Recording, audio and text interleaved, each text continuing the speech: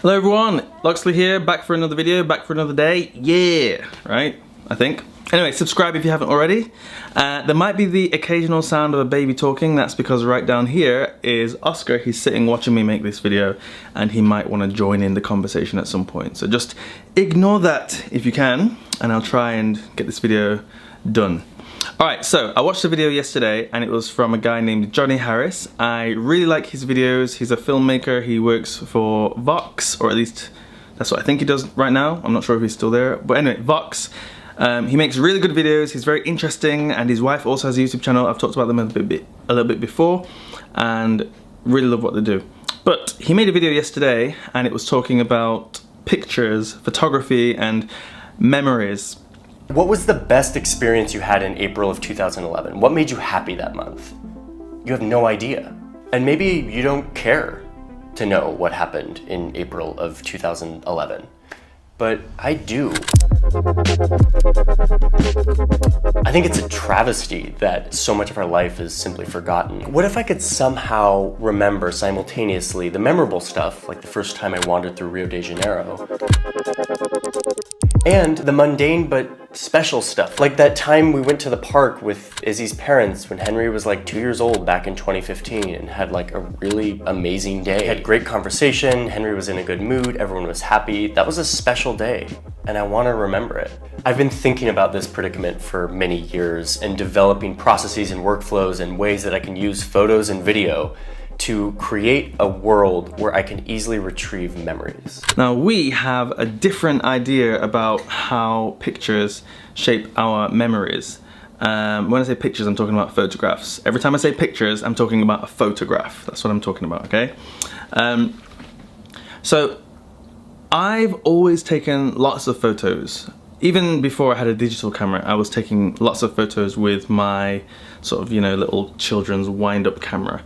And I think photos are actually a really good way to remember things. You know, sometimes I remember things because I remember at that point I took a photo, and then I can remember the rest of the situation, what was happening around that time. And sometimes when people ask me about if I can remember like a certain time or date or whatever, I actually think back to that time and think, have I seen a collection of photos from that time? And then when I vaguely remember seeing some photos, I'll go back onto my Google Cloud. That's what I use the Google Photos system. And I'll go back on there and I'll have a look back at that date and see all the pictures, and then I'll kind of relive that moment. And then it started to turn into videos. So I started to take more videos than photos. I think. You see, he was going to join in. So right now I'm sort of in between photos and videos. I take a mixture of both. Oh my god. So there'll be some days where I take lots of photos, and there'll be some days where I take lots of videos, and some days... Oscar, come on. The key to remembering your life is deleting photos. Okay, I'm gonna say that again. The key to remembering your life is deleting photos. I'm just gonna give him a toy, hang on.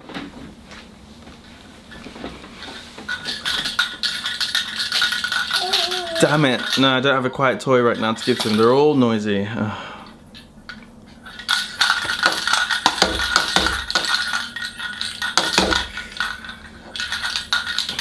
No, I really need to find a quiet toy, hang on. So I forgot what I was saying, but anyway, I'm just gonna continue from where I think I got to. So, photos. I like to look back at a particular date and look at the photos and then relive that time and relive that moment. And I feel like photos really help with memory, because without the photo I don't think I would remember the details about certain times, certain events. And some people might think that's a good thing. Maybe some events you don't need to remember, and that's right, that's true.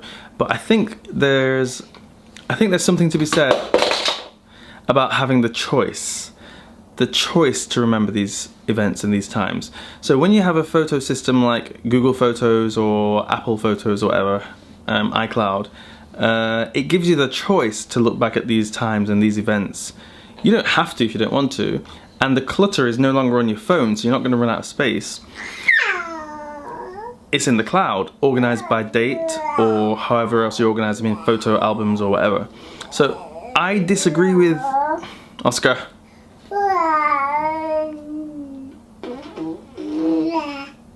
So I disagree with... Oscar, shh.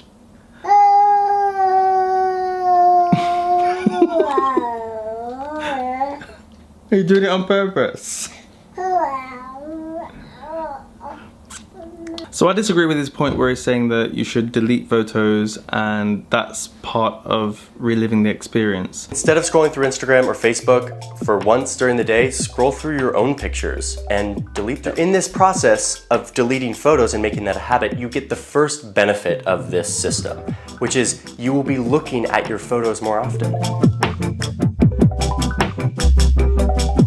You get to a new place or you have like a fun weekend somewhere and you take a bunch of like photos and videos of something and you're like, I don't really need that video. Like that was a cool video and it was a cool thing, but like I don't necessarily need to remember that in 15 years. So get rid of it. I really hate deleting photos or videos. I am perfectly fine with deleting them from my phone, my hard drive, my computer, etc. But as long as I've got a copy of them somewhere, I can't bear the thought of one day.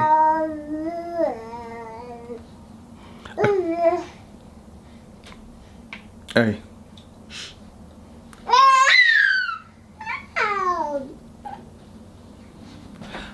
I can't bear the thought of one day thinking back to a particular time or moment and then thinking, oh my god, I deleted those photos because I didn't think that they would be important.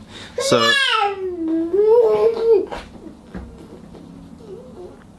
you could call me a photo and video hoarder, which is a label that I'd be happy to accept, but I am all about keeping the memories alive. So sometimes I look back at photos and videos and then I go down a rabbit hole. I remember one thing which leads to another thing, which leads to another thing, which leads to another thing, which leads to, wow, what about that person? Is that person okay? Let me just see if that person's still okay, send them a message on Facebook or see if I can find out like what they're doing. So sometimes I like to look back and just remember people who have been important to you at different times of your life, for good or for bad.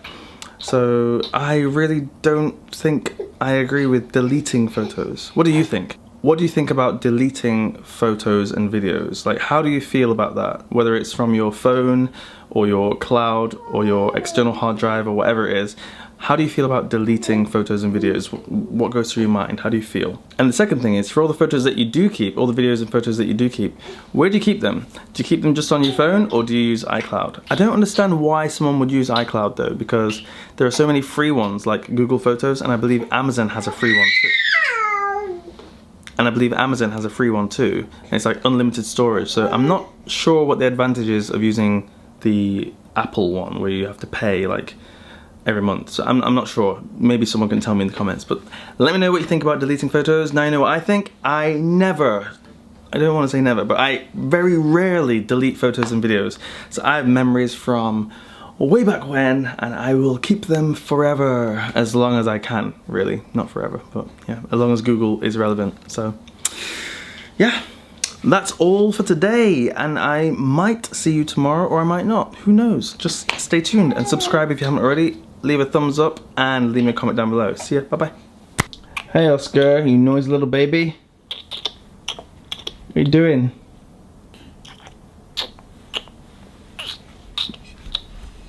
What's that?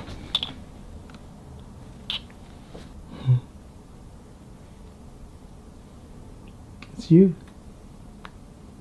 Say hello. Hello. Yeah. Hello.